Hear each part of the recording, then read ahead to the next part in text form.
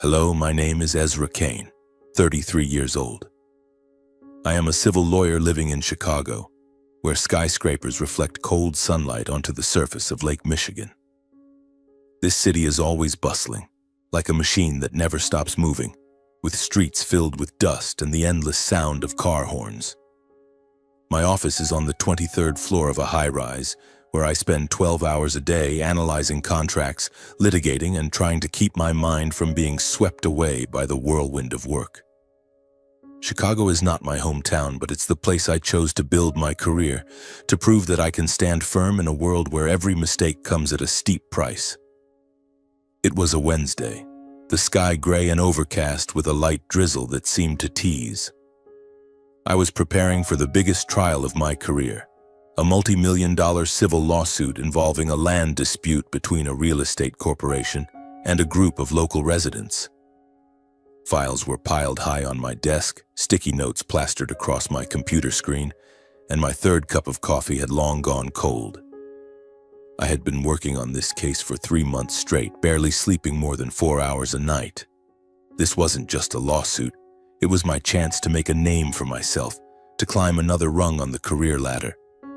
My colleague, Sarah, even joked that if I won this case, I could retire early at 40. But I wasn't thinking about retirement. I just wanted to win. My phone buzzed on the desk, interrupting my train of thought. I glanced at the screen. A strange number, an unfamiliar area code. I was about to ignore it, but something urged me to pick up. The voice on the other end was shaky, carrying a gravity that made my heart clench. Mr. Ezra Kane, this is Dr. Levine from St. Mary's Hospital in Savannah. I'm calling about your grandmother, Joanne Kane. She's had a stroke and is currently in the ICU. Her condition is very serious. Can you come right away? The world around me seemed to stop. The sound of rain hitting the window, Sarah's typing at the desk next to me, the ticking of the clock on the wall, all of it faded, as if someone had unplugged reality. My grandmother. The woman who raised me through childhood summers, who taught me how to tie my shoes, who told me stories about old sailing ships while brewing tea on her porch. My grandmother, the only person in my family who never turned her back on me no matter what mistakes I made. Stroke, coma, ICU. Those words stabbed into my chest like knives. I don't remember how I responded to the doctor, only that when I hung up, my hand was shaking so badly I dropped my coffee cup onto the floor. Sarah looked up, concerned. Ezra, are you okay? You look like you've just seen a ghost. My grandmother, I whispered, my voice breaking. She's in the hospital. A stroke. I have to go. Sarah stood up immediately, placing a hand on my shoulder. Go. I'll handle the case. If you need anything, just let me know. I didn't have time to thank her. All I could think about was my grandmother, her silver hair, her kind eyes, and the smile that always made me feel safe. I couldn't let her be alone. I couldn't. I called my boss, Richard, a stern man with eyes sharp as knives. When I told him I needed to postpone the case to go to Savannah, his voice was icy over the phone. Ezra, you know how important this case is.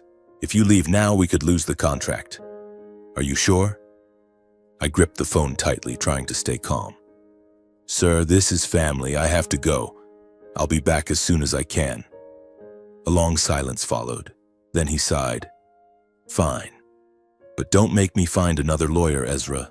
You have 48 hours. I didn't care about his warning. 48 hours or 48 seconds, I couldn't leave my grandmother alone in a hospital. I booked the earliest flight, a 6 a.m. departure the next morning, then rushed back to my apartment to pack. That night, I didn't sleep. Images of my grandmother filled every corner of my memory. Her sitting by the fireplace, teaching me chess. Her laughing loudly when I spilled a tray of cookies on the floor. Her holding me close when I cried after being scolded by my father. She was my true home, not the cold apartment in Chicago or the old house in Savannah I had left behind long ago. The next morning, O'Hare Airport was packed, but I barely noticed anyone. I sat hunched in the waiting area, clutching my phone, constantly checking for updates from the hospital. There were none. Every minute felt like a century. When the plane took off, I looked out the window, watching Chicago shrink below me. I told myself, as long as she's okay, nothing else matters. The flight lasted 3 hours, but it felt like 3 days.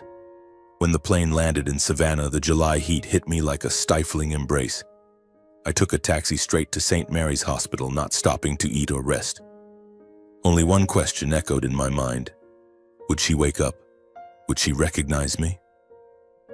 St. Mary's Hospital sat on the outskirts, a low building with white walls and the sharp smell of antiseptic. I practically ran through the hallways, my shoes pounding the floor, until I reached the ICU. A nurse led me in, her voice gentle but unable to mask the gravity of the situation. She's in here. Her condition is stable, but she hasn't woken up. When the door to the room opened, I felt my heart shatter. My grandmother lay there on a stark white bed, surrounded by tubes and machines beeping steadily. Her silver hair spilled across the pillow, her face pale, her eyes closed. No smile, no kind gaze, just a terrifying stillness. And what shocked me even more, no one else was there. Not my father, not my mother, not my sister, just me. I sat down in the chair beside her bed, taking her frail hand in mine. That hand had once been so strong, lifting me when I fell, wiping away my tears. Now it was cold, weak, as if it might crumble if I held it too tightly. "Grandma," I whispered, my voice choking. "It's me. I'm here. Don't be afraid, I'm not going anywhere." I sat there for hours, never taking my eyes off her. Nurses came in to check on her a few times, but I barely heard what they said. I just wanted her to open her eyes, to hear her call my name like she did when I was a child. But she remained still, as if floating somewhere in a dream I couldn't reach. Finally, I pulled out my phone and called my father, Martin Kane. He answered after the third ring, his voice cheerful, as if he were at a party. "Ezra, what's up? I'm busy here." "Dad," I said, struggling to keep my voice steady, though anger simmered in my chest. "Grandma had a stroke. She's in the ICU in Savannah. Did you know?" Silence. Then he responded, his tone nonchalant. "Oh yeah, we heard from the doctor, but we're in Florida on vacation with your mom and Talia. Everything's already paid for, non-refundable." I felt the blood rush to my head. "What are you saying? Grandma's in a coma, Dad. You can't come?" "Ezra, calm down," he interrupted, his voice growing irritated. "She's fine. The doctor said so. Besides, you're there, aren't you? Take care of her for a few days. We'll visit when we're back." I wanted to scream, to ask how he could be so callous, but I just clenched my jaw and said, "Fine. I'll handle it." Then I hung up, not wanting to hear another word. I looked at my grandmother, still motionless on the bed. Out there, my parents and sister were swimming in the ocean, eating seafood, laughing under the Florida sun. And here I was, sitting in a cold room, holding the hand of the most important person in my life, praying for her to wake up. I told myself, as long as she's okay, I'll do anything to protect her. The days that followed passed in a suffocating loop. I became part of the ICU room, where the smell of antiseptic mingled with the steady beeping of machines. I didn't leave the hospital except for brief moments to grab a sandwich or a cup of coffee from the vending machine. Sleep came in short fragments when I slumped over in the plastic chair beside my grandmother's bed, my mind exhausted but unable to stop thinking about her.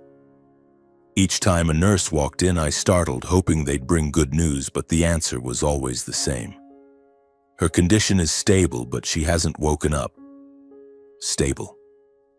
The word sounded like hollow comfort when she was still lying there, eyes closed, as if trapped in a world I couldn't reach. I called my parents every day, reporting every small detail about her condition. I told them about her oxygen levels, about how her finger twitched once, about the doctor saying there was slight improvement in her brain waves.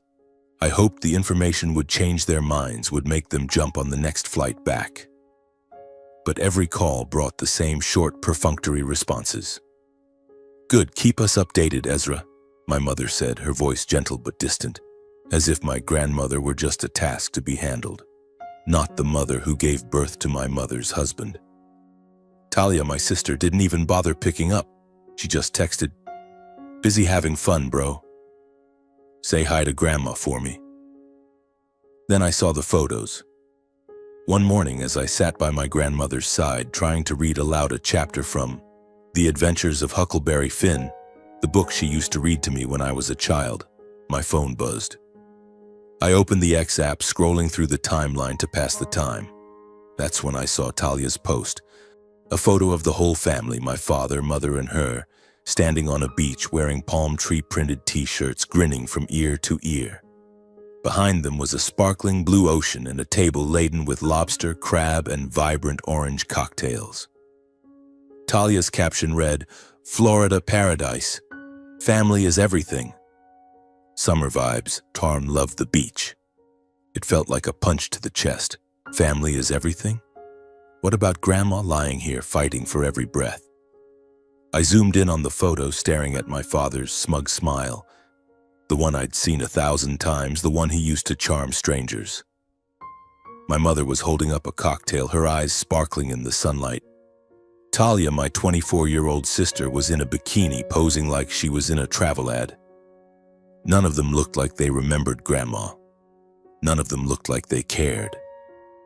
I turned off my phone and tossed it onto the chair, a mix of anger and helplessness churning in my chest.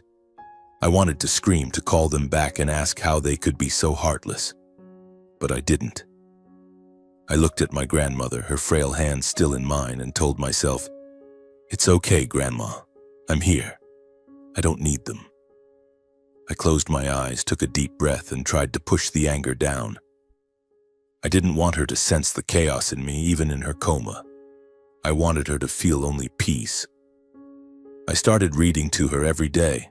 I brought her copy of Huckleberry Finn from her house, an old book with yellowed pages, its musty smell bringing back summer afternoons when I was 8, sitting on her porch in Savannah. I read slowly, emphasizing each sentence, hoping my voice could pull her back. "Grandma, do you remember this part?" I said, my voice trembling. "The part where Huck and Jim float down the Mississippi. You used to tell me the river was like life, always flowing, but somehow it takes you where you need to go." I didn't know if she could hear me, but I kept reading. I told her about my life in Chicago, about the cases I'd won, about the cold coffee on my desk. I shared silly stories too, like the time I burned my kitchen trying to cook pasta, or when I almost fell asleep in a meeting.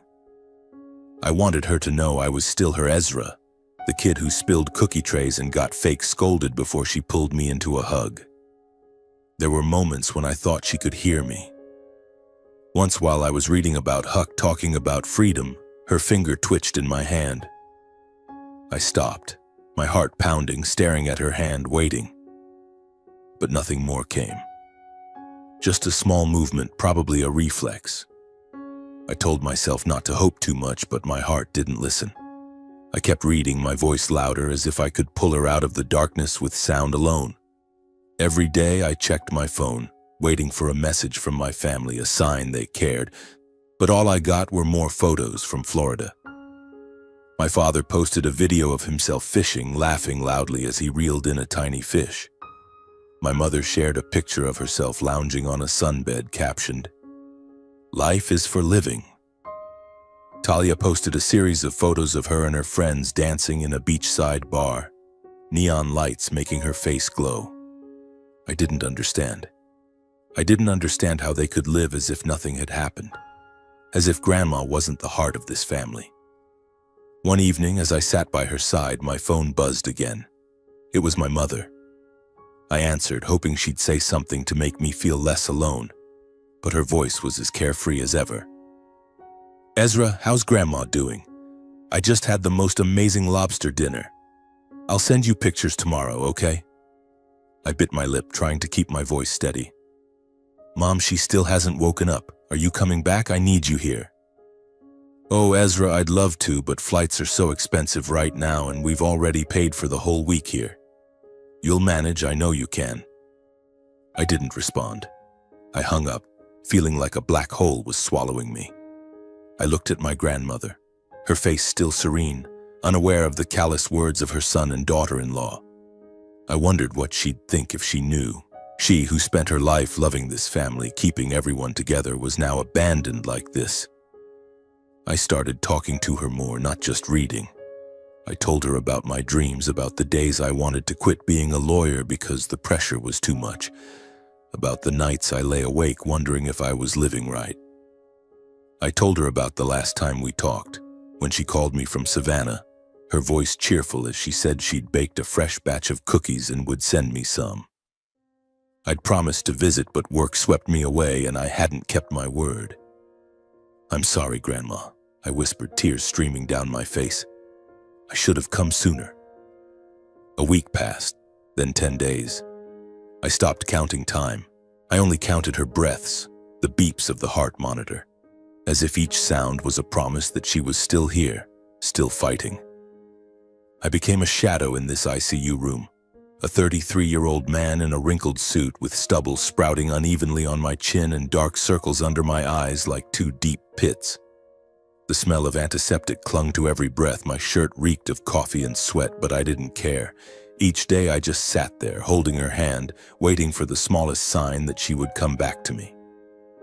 Sarah called from Chicago one afternoon when faint sunlight slipped through the window blinds, casting a glow on my grandmother's pale face.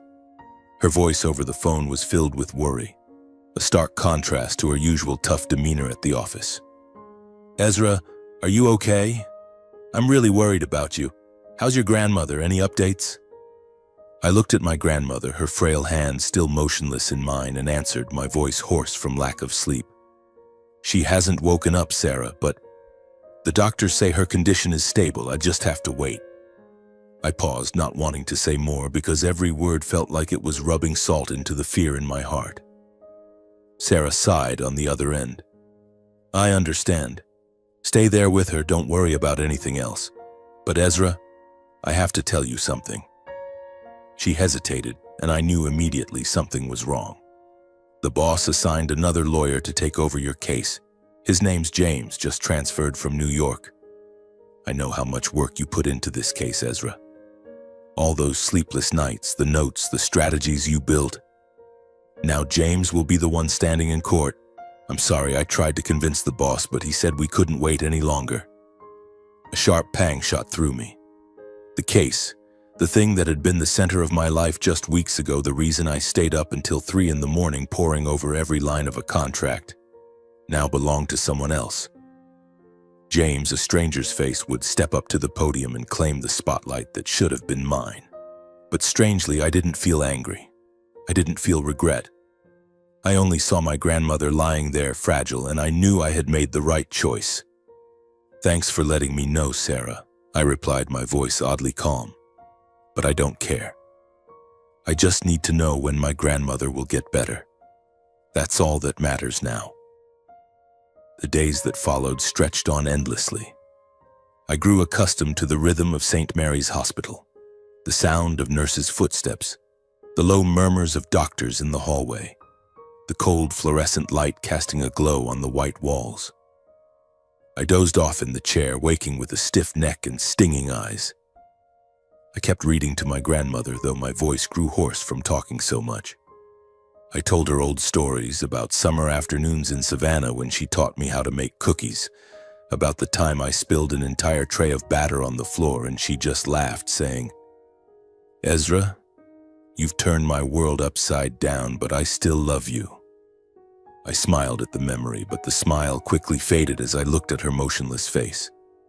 "Grandma, please wake up," I whispered. "I need you."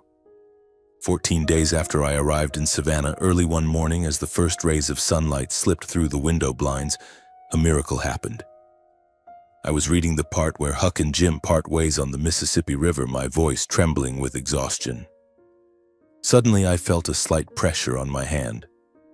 I stopped reading, my heart pounding, and looked down. My grandmother's fingers were gripping mine, weak but unmistakable, like a signal from a distant place.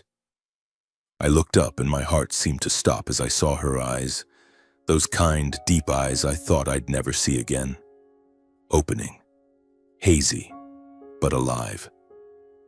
She looked at me, her gaze faint but conscious, and I knew instantly. She recognized me. "Grandma," I choked out, tears spilling uncontrollably. I leaned down, pressing my forehead to her hand, feeling the warmth slowly returning. "You're awake. It's me, Ezra." She couldn't speak, but she squeezed my hand tighter, a single tear rolling down her wrinkled cheek. I saw in her eyes a mix of joy and pain, as if she wanted to say something, but her body wouldn't allow it. I called for the nurse, and the room quickly became a flurry of activity. They checked her vitals, adjusted machines, and Dr. Levine arrived, offering a rare smile. "This is a good sign, Mr. Kane," he said. "She's made it through the most critical phase, but it'll take time for her to recover. She won't be able to speak or move much yet." I nodded, my eyes never leaving her. "Thank you, doctor," I said, but inside I wanted to shout with joy. She was awake. She was still here with me. I sat back by her bed, holding her hand, and for the first time in 2 weeks I felt a real spark of hope. I didn't care that she couldn't speak yet, couldn't walk yet. As long as she was looking at me, as long as she was still here, that was enough. I picked up my phone and called my father. I wanted to share this joy, wanted to believe they'd care, that they'd jump on a plane to be with her. I called my mother, and the phone rang a few times before she answered, her voice as carefree as if she were at a party. "Ezra, what's up? We're just getting ready for dinner." "Mom," I said, trying to keep my voice steady. "Grandma's awake. She opened her eyes this morning and recognized me. Mom, can you and Dad come? She needs family."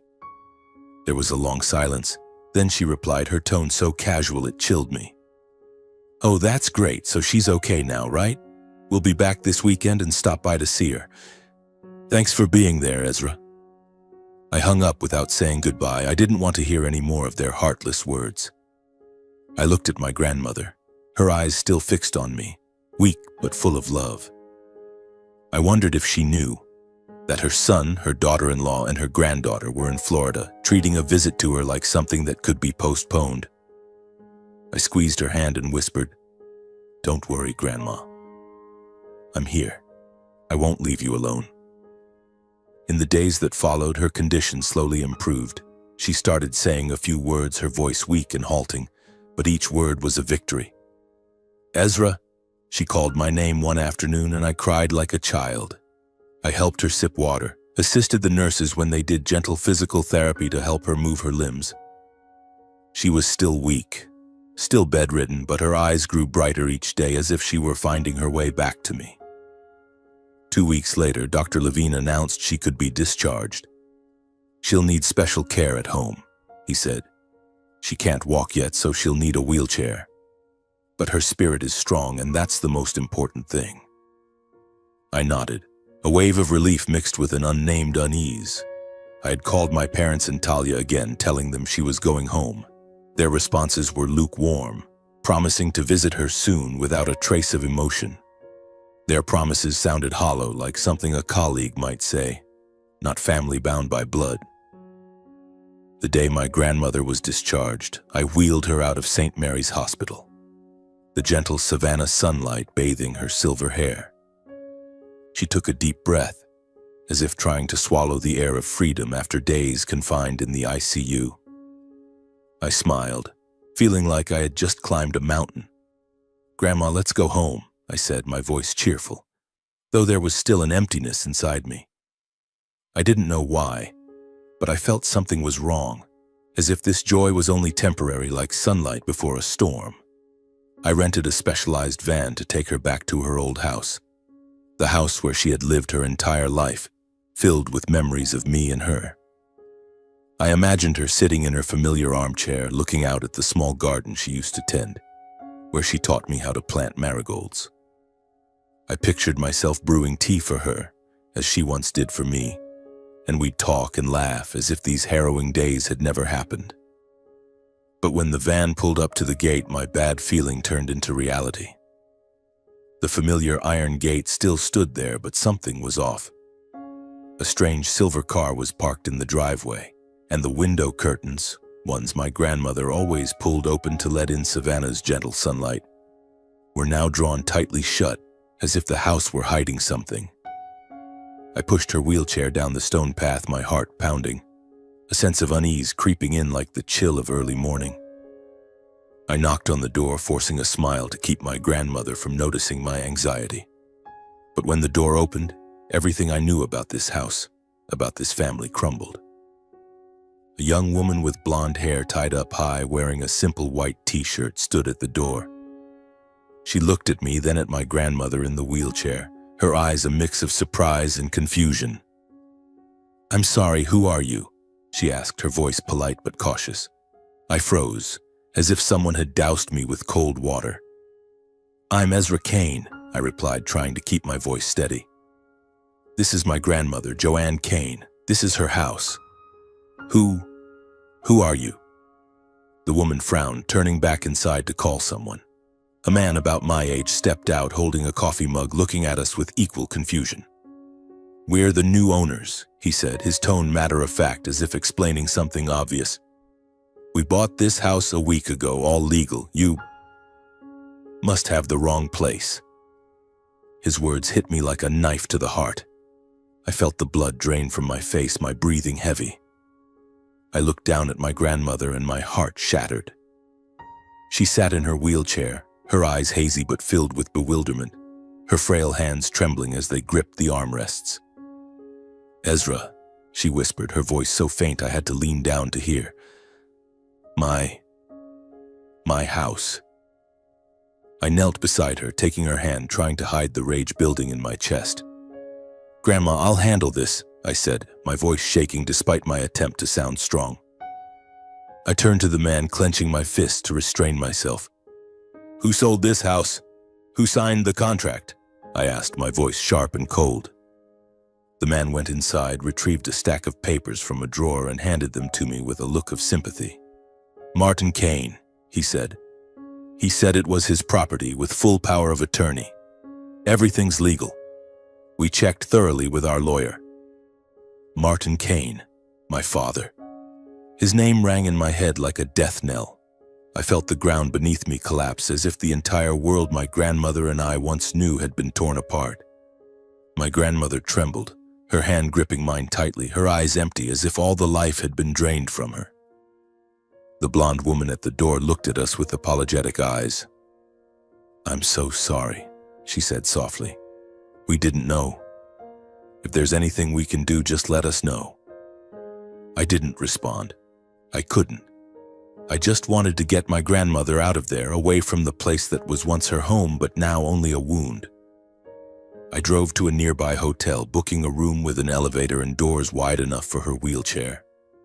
When I settled her into bed, she didn't speak, only stared out the window, her eyes lost. I sat beside her, holding her hand, but inside me was a storm. My father, the man I called Dad, had sold my grandmother's house, the house that held my childhood, her entire life, while she lay in a coma fighting to survive. I couldn't comprehend it. I couldn't accept it. I picked up my phone and called my father. It rang for a long time, and when he answered, his voice was as carefree as if he were still enjoying his Florida vacation. "Ezra, what's up? Is Grandma okay?" "Dad," I said, my voice trembling with anger. "What did you do? While Grandma was in the ICU, you sold her house? Do you know she just got discharged and now she has nowhere to go?" Silence. A long, heavy silence. Then he replied, his tone so nonchalant it chilled me. "Ezra, calm down. She signed a power of attorney for me. The sale was legal, that house was old, no one was going to live there. I did it for the good of the family." "For the good of the family?" I snapped, forgetting my grandmother was right beside me. "Dad, she just woke up from a stroke. She needs that house, her memories. How could you sell it without asking anyone? Without asking her, without asking me?" "Ezra, don't make a big deal out of this," he interrupted, his voice growing irritable. "She's old, she doesn't need that house anymore. I've handled everything, and the money from the sale is saved for her care later. You're there, aren't you? Take care of her and stop making trouble." With that, he hung up. I stood there, gripping the phone so tightly I thought I might crush it. I looked at my grandmother, still silent, her eyes fixed on the window. But I knew she heard everything. A tear rolled down her cheek, and I felt like my heart was being torn apart. I knelt down, hugged her, and whispered, "Grandma, I'm sorry. I didn't know." But I'll make this right. I'll get justice for you." She didn't speak, only held my hand tightly, so tightly I could feel the pain in her heart. I knew she wasn't just hurting because she lost her house, but because of the betrayal. Her son, whom she loved and raised, had sold everything she cherished while she was at her weakest. I couldn't let this slide. I couldn't let my father get away with this so easily. I took action that very night. After my grandmother fell asleep, I sat at the small table in the hotel room, opened my laptop, and reviewed the papers the couple had given me. The house sale contract was tightly drafted, bearing my father's signature and that of a notary. Attached was the power of attorney, POA, with my grandmother's signature from 3 years ago. I read every line, every clause with a lawyer's eye. Everything appeared legal, but something felt wrong. I remembered my father telling my grandmother that the POA was for handling her health care, a simple document to help with administrative tasks. But this wasn't a healthcare POA. It was a comprehensive POA granting him control over all her assets, including the right to sell her house. My blood boiled. My father had deceived her. He had exploited his own mother's trust to take her house. No, her entire life. I couldn't sit still. I called the family's old law firm in Savannah, the one that had handled my grandmother's paperwork in the past. I scheduled a meeting for the next morning, determined to find out what had really happened. I needed the original documents, the evidence, every detail to understand why and how my father could do this. That night I didn't sleep. I sat by the window looking out at Savannah's quiet streets, the dim streetlights flickering as if trying to soothe the anger inside me. I thought about my grandmother, about the years she spent building that house, not just with money but with love, with afternoons planting flowers, with nights telling me stories. That house wasn't just wood and brick, it was her soul, and my father had sold it as if it meant nothing. The next morning I took my grandmother to a daycare center so she could be cared for while I met with the lawyer. She remained silent, only nodding when I said I'd come back to pick her up. Her eyes broke my heart, no longer the kind eyes of the past, but the eyes of someone who had lost what mattered most. I kissed her forehead, promising, "I'll make everything right, Grandma." At the law firm, I met with Helen, an older woman who had worked with our family since I was a child. She looked at me with sympathetic eyes as if she had already guessed part of the story. "Ezra, I'm so sorry about Joanne," she said. "I heard about her stroke, but the house, I don't know how to explain it." "Helen, please," I interrupted, my voice urgent. "I need to know everything. My father sold my grandmother's house, saying he had a power of attorney. I need to see the original. I need to know what he did." Helen sighed, pulling a file from a locked cabinet. "This is a copy of the power of attorney Joanne signed 3 years ago," she said, sliding the papers toward me. "Martin told her it was for health care to handle hospital paperwork on her behalf. But this is a comprehensive POA giving him control over all her assets. I warned Joanne it was very broad, but she trusted Martin. She said, 'He's my son. He wouldn't do anything wrong.'" I scanned the documents, my heart pounding. My grandmother's signature was there, shaky but clear. She had signed because she trusted her son. She had handed her entire life to him, and he had used it to betray her. "What about the sale contract?" I asked, my voice hoarse. "How did he sell it so quickly?" Helen showed me the contract. The house was sold for $380,000 below market value, as if my father wanted to offload it quickly. The contract was signed exactly 1 week after my grandmother was admitted to the ICU. I felt like I was being choked. My father had acted behind everyone's back without telling anyone, without consulting anyone.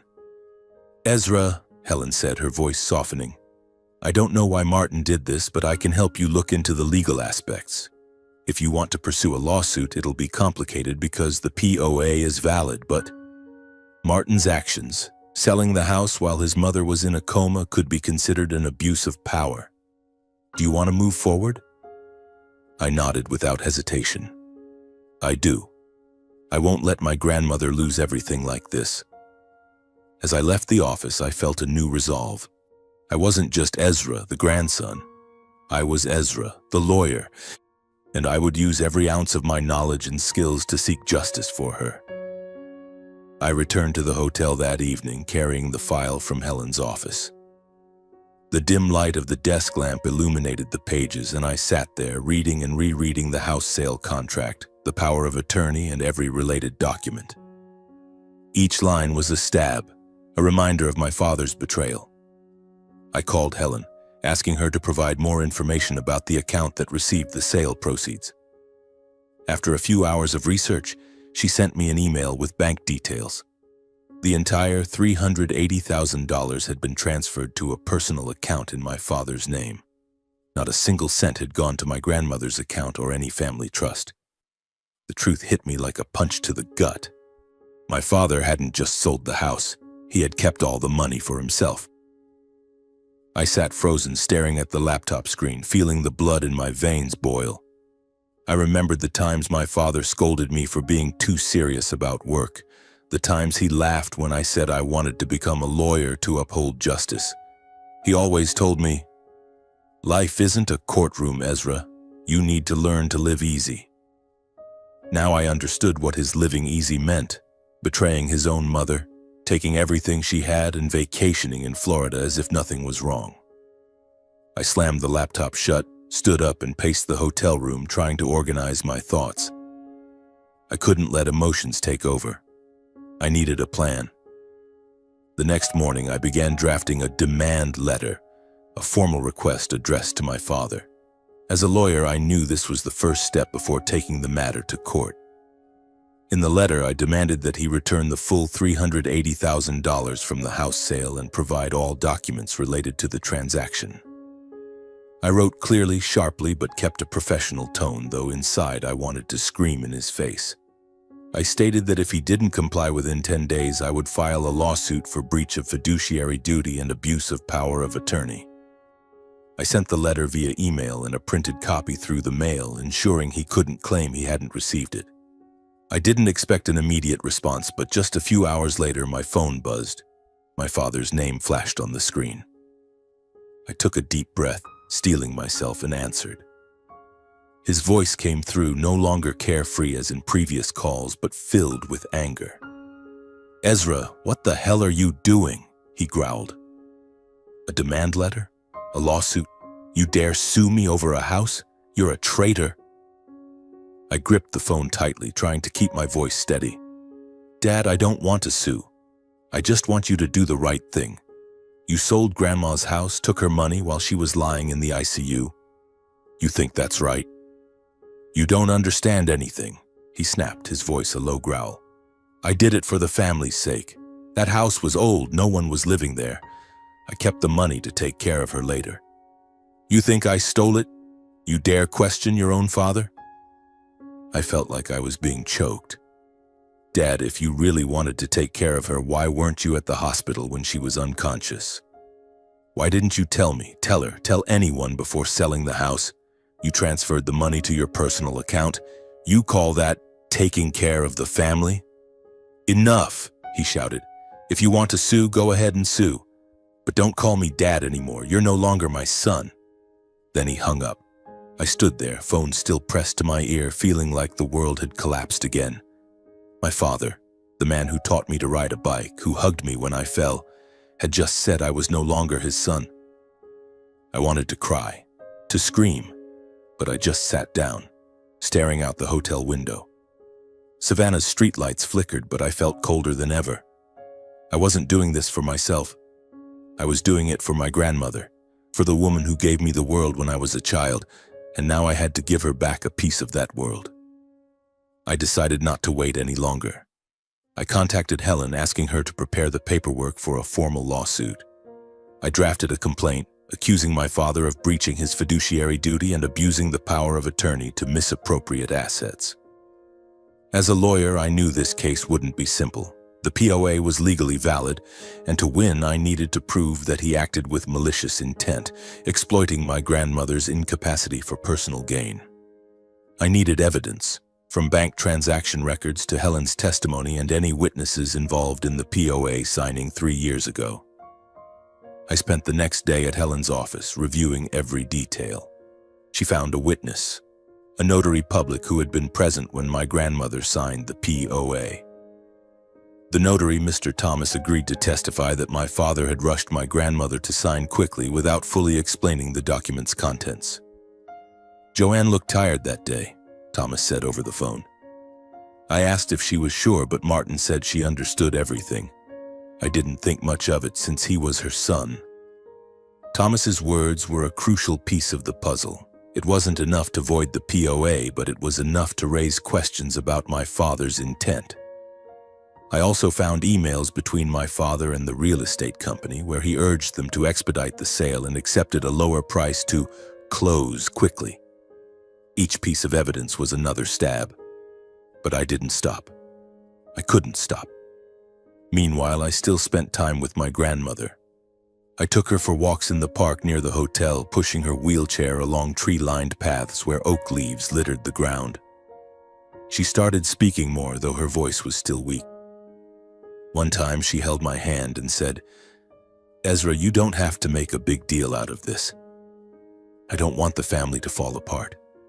I knelt down, looking into her eyes. "Grandma, I don't want the family to fall apart either. But I can't let Dad hurt you like this. I have to do what's right." She nodded, her eyes brimming with tears. "I trust you," she said, and that was all I needed to keep going. I worked tirelessly preparing the case, contacting witnesses and building arguments. I knew this lawsuit wouldn't just be a legal battle, but a family war. I braced myself for it, but I couldn't deny the pain of knowing I'd have to face my parents and Talia in court. I didn't want them to hate me, but I couldn't let my grandmother suffer injustice. I wrote a short letter to my mother and Talia, explaining what I was doing and why I had to do it. I hoped they'd understand, though deep down I knew the chances were slim. They didn't respond. A week before filing the lawsuit, I received a call from an unfamiliar number.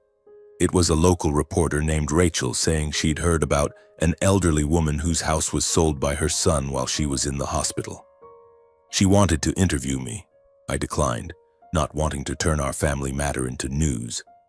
But Rachel published the story anyway based on information from an anonymous source, likely from the law firm. The article appeared in a Savannah newspaper with the headline, "80-year-old woman loses home while in coma, son accused of misappropriation." I read it, feeling both angry and helpless. I didn't want my grandmother dragged into the public eye, but the story had spread. I filed the lawsuit the next day, officially starting the legal journey. The court scheduled a preliminary hearing for 3 weeks later, and I knew I was stepping into a long battle. But I wasn't afraid. I had my grandmother, the truth, and the determination of a lawyer who had sworn to protect the vulnerable. I wouldn't let her lose what she deserved. The weeks that followed were a whirlwind of paperwork, meetings, and sleepless nights.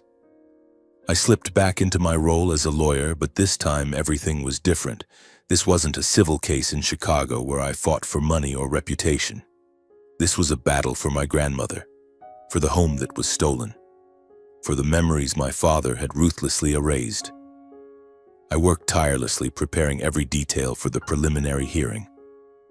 I coordinated with Helen, gathering more evidence from the bank, the notary, and the emails my father sent to the real estate company. Each piece I uncovered strengthened my case. My father had abused the power of attorney, acted with malicious intent, while my grandmother was incapacitated and misappropriated assets for personal gain. But I wasn't always strong. Some nights, as I sat in the hotel room watching my grandmother sleep on the simple bed, I felt a deep ache. I wasn't just suing my father, I was tearing this family apart. My mother and Talia still hadn't responded to my letter, and I heard from an acquaintance that they had returned to Savannah but hadn't contacted me or my grandmother. They chose to side with my father as if I were the traitor. I wondered if I was doing the right thing, if it was worth pushing things this far. But every time I looked into my grandmother's eyes, weak but full of trust, I knew I had no other choice. I took her to physical therapy every day, helping her take small, trembling steps with a walker. Her progress was slow, but each shaky step was a victory. One day, as we sat in the park after a therapy session, she held my hand, her voice hoarse. "Ezra, I don't want you to suffer because of this. If you're tired, stop. I just need you." I shook my head, squeezing her hand. "Grandma, I'm not tired. I'm doing this for you, for what's right. I can't let Dad take what's yours without consequences." She nodded, her eyes brimming with tears. "I know you'll do it," she said, and I felt a new surge of strength flow through me. I wasn't just fighting for her, but for myself, to prove I wasn't a man who gave up, even when the opponent was my own family. The preliminary hearing took place on a Tuesday morning in a small courtroom in downtown Savannah. The courthouse was an old building with dark wooden walls and rigid benches. I stood there in a freshly pressed black suit, but inside I was trembling. I wasn't just the lawyer representing my grandmother. I was her grandson, carrying her pain and hopes on my shoulders. My father sat across the room in a gray suit, his cold gaze avoiding mine. My mother and Talia sat behind him, their faces tense, but neither spoke to me. I felt like a stranger in my own family. The judge, a middle-aged woman with sharp eyes named Margaret Holt, presided over the hearing. I presented my case, my voice clear but heavy with emotion. I told the story of my grandmother, of the house that held her entire life, of how she signed the power of attorney trusting her son, and how my father exploited that trust to sell her home while she lay in the ICU. I submitted evidence: the house sale contract at an unusually low price, the bank account that received the $380,000, and the emails my father sent to expedite the transaction. I called Mr. Thomas, the notary, as a witness. He confirmed that my father had rushed my grandmother to sign the POA without fully explaining it, and that she appeared tired and not entirely aware of the document's contents. My father's lawyer, a tall man named Daniel, argued that the POA was legally valid and that my father had full authority to act as he saw fit. He claimed my father sold the house to protect Joanne's financial interests, arguing that the old house required maintenance and that the sale was to ensure funds for her future medical care. I wanted to jump up and shout that it was a lie, that the money had never been used for her and was sitting in my father's personal account. But I restrained myself, focusing on strategy. I emphasized that selling the house while my grandmother was incapacitated was an abuse of power, a breach of the fiduciary duty a person with POA is bound to uphold. The hearing lasted 3 hours, and when it ended, Judge Holt requested more time to review the evidence. "We will issue a final ruling in 2 weeks, she said, her voice stern. I left the courtroom feeling both relieved and tense. I had done everything I could, but the outcome was still uncertain. The POA was a powerful document, and the law might side with my father if we couldn't prove malicious intent. As I stepped outside, my mother and Talia passed by me.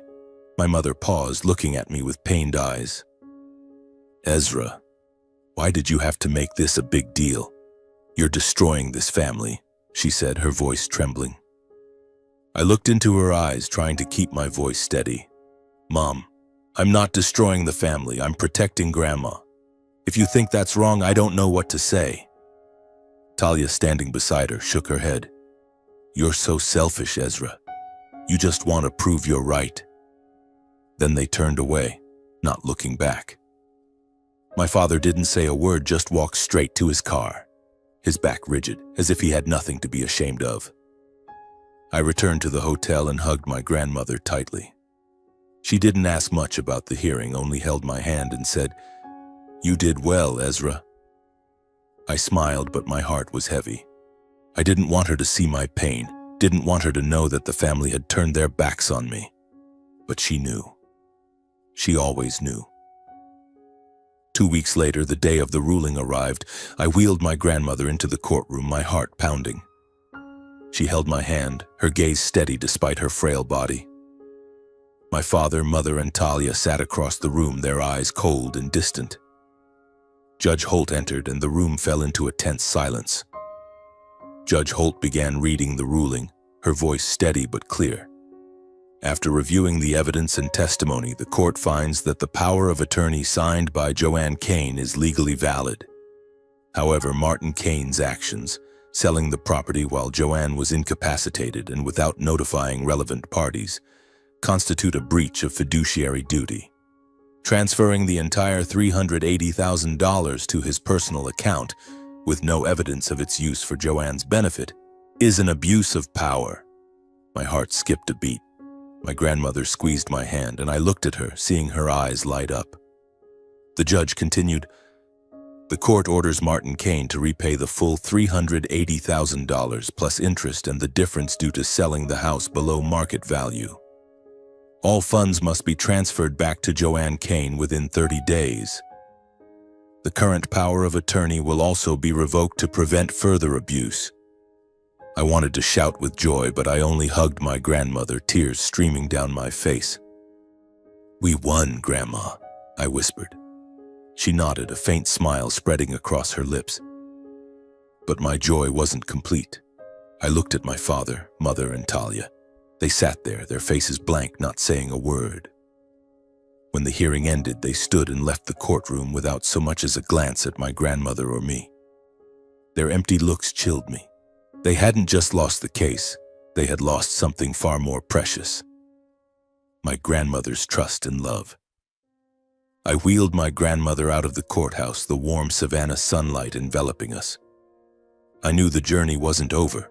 The money would be returned, but the house was gone, and the wounds in this family might never heal. But when I looked at my grandmother, seeing her eyes shine for the first time in weeks, I knew I had done the right thing.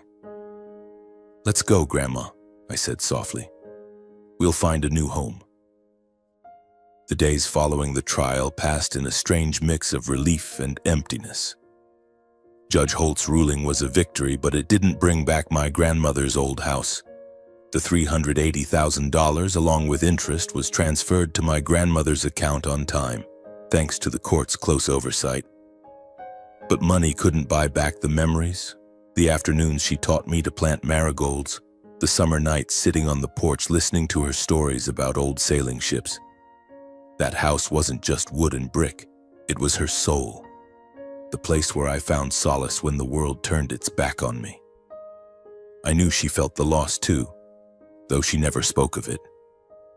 I began searching for a new home in the outskirts of Savannah, where the air was fresh and tree-lined streets reminded me of quieter days. After a few days of looking, I found a small, single-story house with a spacious front yard and a simple white picket fence. It wasn't as grand as the old house, but it was newer and had a small garden in the back, where I imagined my grandmother could sit and read or water plants as she used to do. On the day we moved in, I wheeled her through the freshly painted wooden door. She looked around, her eyes scanning the pristine white walls and large windows that let in the sunlight.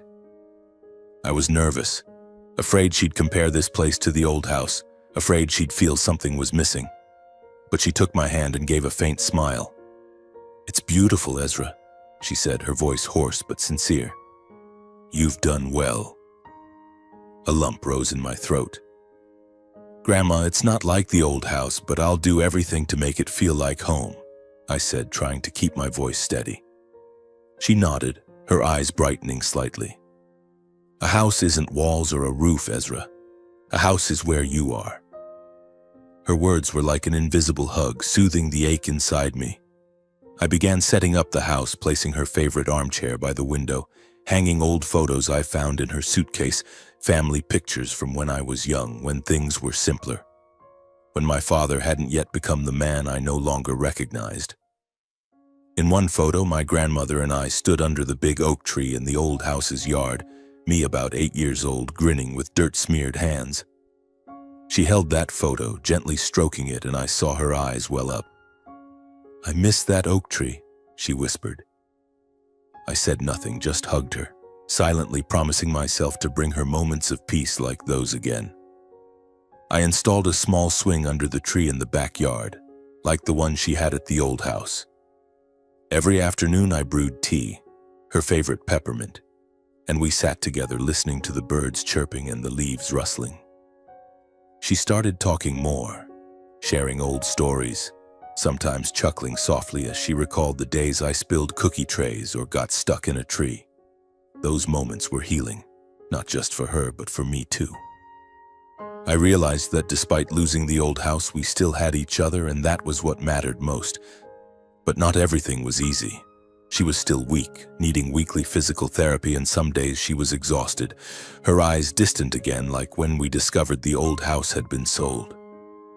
I knew she kept a small photo of the old house in her bedside drawer, a snapshot of the front yard with the oak tree standing tall. She never mentioned it, but I saw her take it out sometimes, her trembling fingers tracing the frame. I didn't dare ask, afraid of reopening the wound, but I silently vowed to make this new house a place she could love, the way she loved the old one. I also had to face the aftermath of the lawsuit. The story of the elderly woman whose house was sold by her son was still buzzing in Savannah. Rachel's article, the local reporter, had spread across social media, and I received messages from acquaintances and even strangers expressing support for my grandmother and condemning my father. Some called him a property vulture, a term I didn't want to hear, though I knew it wasn't entirely wrong. I didn't respond to those messages. I didn't want my grandmother dragged further into the public eye, and I didn't want to be swept up in the crowd's outrage.